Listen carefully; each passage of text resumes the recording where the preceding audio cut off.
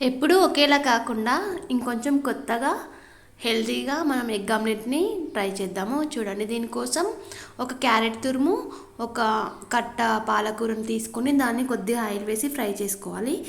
మరొక బౌల్లో ఒక 3 నుంచి 4 ఎగ్గులు తీసుకొని అందులో కొద్దిగా మిరియాల పొడి, కారం, ఉప్పు వేసి బాగా కలుపుకోవాలి. ఇందులో మనం మిక్స్ చేసిన ఇంతకుముందు ఫ్రై చేసి పెట్టుకున్న పాలకూర, క్యారెట్ ఫ్రైని వేసుకొని కలిపి ప్యాన్లో కొద్దిగా ఆయిల్ కానీ నెయ్యి కానీ వేసుకోవాలి. వేసుకున్న తర్వాత ఇలా ఆమ్లెట్ చేసి చిన్నపిల్లలకి తినిపిస్తే చాలా హెల్తీగా ఉంటారు. ఇది చాలా టేస్టీగా ఉంటుంది. మనం డైట్ చేసే వాళ్ళకైతే ఇది చాలా ప్రోటీన్ ఫుడ్గా తీసుకోవచ్చు. వీడియో నచ్చితే లైక్ చేయండి. ఇలాంటి మరిన్ని వీడియోస్ కోసం ఛానల్ని ఫాలో చేయండి.